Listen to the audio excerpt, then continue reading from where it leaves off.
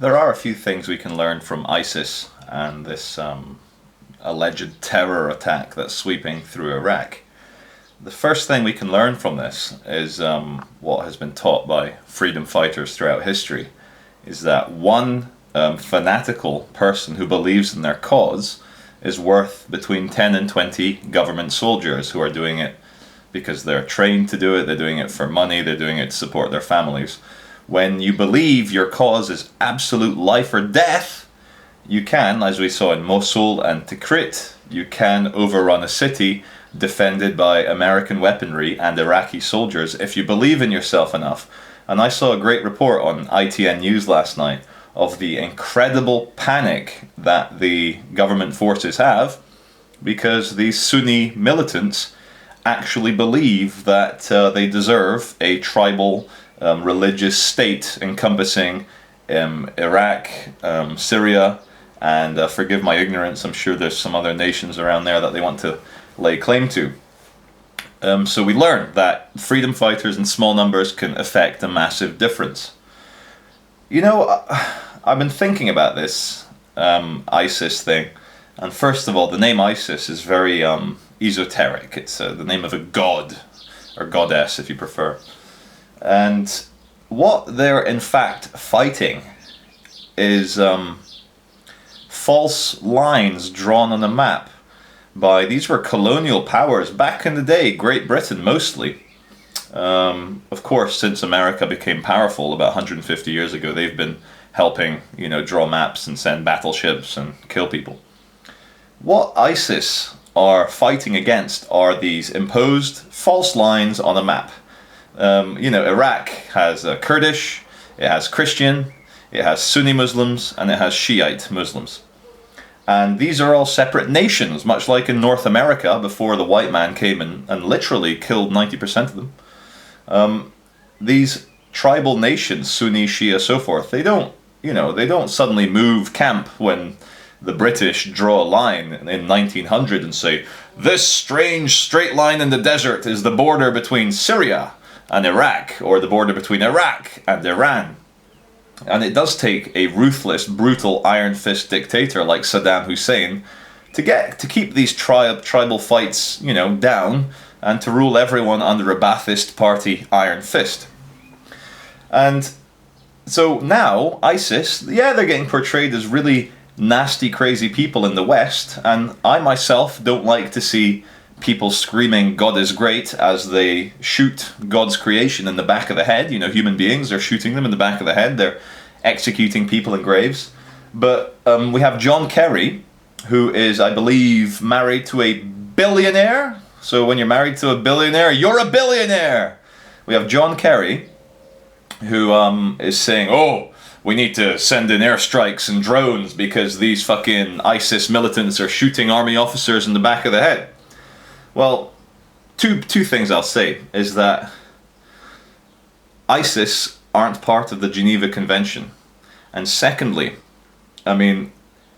let's paraphrase a Tool song, and let's imagine Tool, the band, is a great song. And the lyrics are, I'm more than just a little curious how you're planning to go about making your amends to the dead. And then the song goes, and your halo is slipping down. And how will John Kerry try and criticize ISIS for shooting army soldiers? These are men who signed up to fight, and to potentially die, put on a uniform, you make your deal with the devil, and, you join a kind of American puppet, the Iraqi Maliki government, you take American arms, and then you go and try and control a tribal Sunni region. Doesn't make sense. How will John Kerry answer the counterclaim that because of Chelsea Manning, the NATO, North American Treaty Organization, which is mostly the USA, for every Taliban militant that they killed in Afghanistan, they killed 49 civilians. That's a 2% success ratio.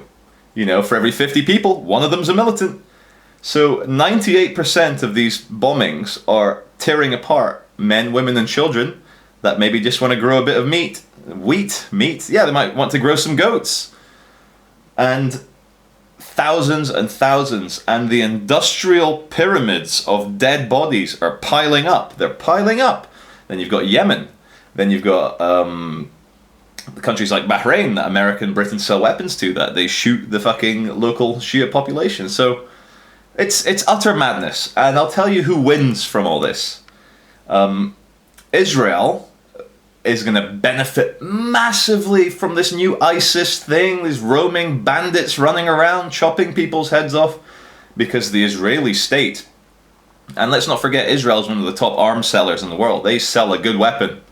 I mean, the Desert Eagle 50 caliber, made famous by Agent Smith, Israeli weapon. Uzi 9mm, made famous by Arnold Schwarzenegger in Terminator 1, Israeli weapon. The Iron Dome shield that you can use to stop incoming missiles and so forth, Israeli weapon. Stuxnet that blew up an Iranian nuclear power station by making the centrifuges spin out of control, an Israeli weapon. Fair enough, it's a cyber weapon. But Israel is going to benefit massively from the balkanization of the Middle East. Divide and conquer. Keep all the Arabs and all the Middle Eastern guys. They're not all Arabs, they're different ethnicities. Keep them all fighting amongst each other, and then we can sell to the world and to the Israeli people this terrible terror threat, and then they can make more money, they can bring in more taxes from their terrified population, they can keep the Israeli ultra-Orthodox people in check as well. But what this video is mostly about, and to the people who commented on the last time I sat on the chair of truth without a shirt on, it's very hot. And again, this is another kind of thing of civilization. We're so used to seeing clothes on the primate, on the relatively hairless, I mean, I'm quite hairy, but the relatively hairless primate must be clothed. It's like you're a circus animal. Go put a little hat on that lion. The lion's cute when he goes on that bouncy ball and jumps through the fire hoops because he's got a little hat on. You know, the little lion has a hat. I love my tangents, you know. There's I can't even keep up with myself. I'm going to talk about linear, parallel, fractals in a second. But when I come and sit on the chair of truth, I wanted to talk mostly about the machine and what the machine is. It's hard to talk about the machine without going into some very deep concepts. I'm going to try and keep it very simple. In electromagnetism, there are two forces. There's a positive force and a negative force. In computing, in binary, there's a on and an off. On the light switch on my wall over there, there's an on and an off. In humanity, we have male and female.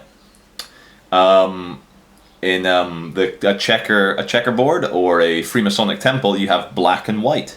And those people who have been inside St. Paul's Cathedral in London will first of all admire the incredible architecture. You know, some very skilled masons created the architecture, but inside St. Paul's Cathedral, the main area is a massive black and white marble checkerboard.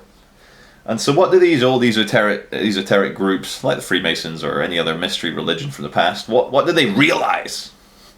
They realized through sitting there and thinking, because anyone can do this, you can sit there and think about infinite concepts.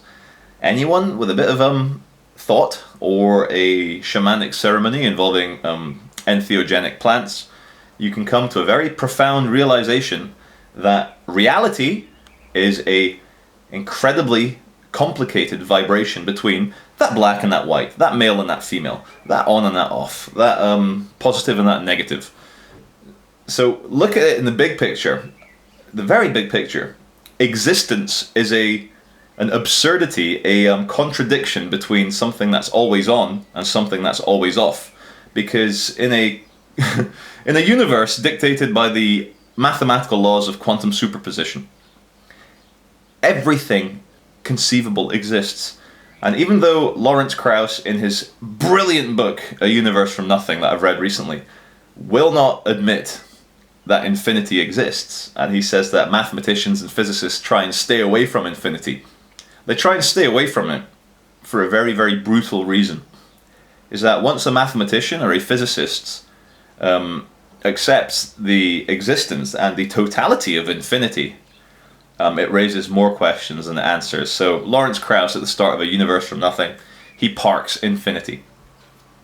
I also read Grand Design by Stephen Hawking, which I recommend massively, but to kind of balance it on the black and white, I also read Alan Watts' Out of Your Mind, the audiobook collection. Didn't read it, I listened to it. Audiobook, listened to it.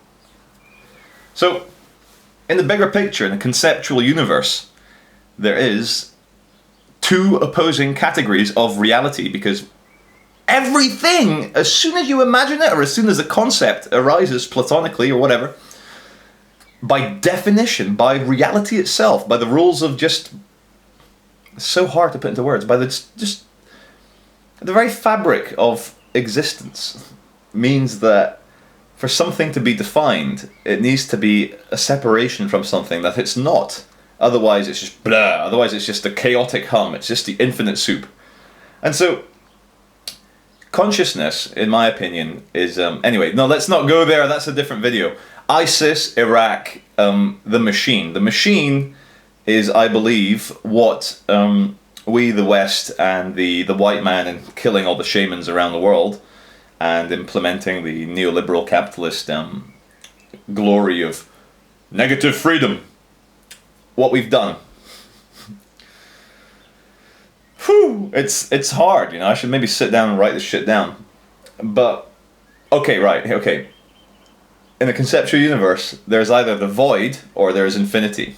And the void exists just as much as infinity exists. And you can probably guess, like, the void is true nothing. True nothing! Because fake nothing, or everyday nothing, has more energy than the entire universe combined, and this has been proven by mathematics and physics. If you don't believe me, look it up. Look up energy in empty space. But true nothing is terrifying, just as much as infinity is terrifying to materialist scientists. And what ISIS are fighting in Iraq is the machine. And one thing I'll say is that a kind of fundamentalist Muslim existence, if they did manage to take over the world and turn it into one massive caliphate in the glory of Islam, it would be very environmentally friendly. They probably wouldn't overfish the oceans. They'd probably stop chopping down the Amazon, and they certainly wouldn't be collecting conflict metals out of South America and Africa to power all the lithium-ion mobile phones around the world. So I'm trying to find something in civilized society that isn't simply a band-aid for a great harm caused by living in the machine. I'm going to have to save this for another video now because we've gone 13 minutes. I think you kind of know what I'm trying to say. If not, then I'm going to make another video. So it's goodbye from Charlie, and it's goodbye from the Chair of Truth.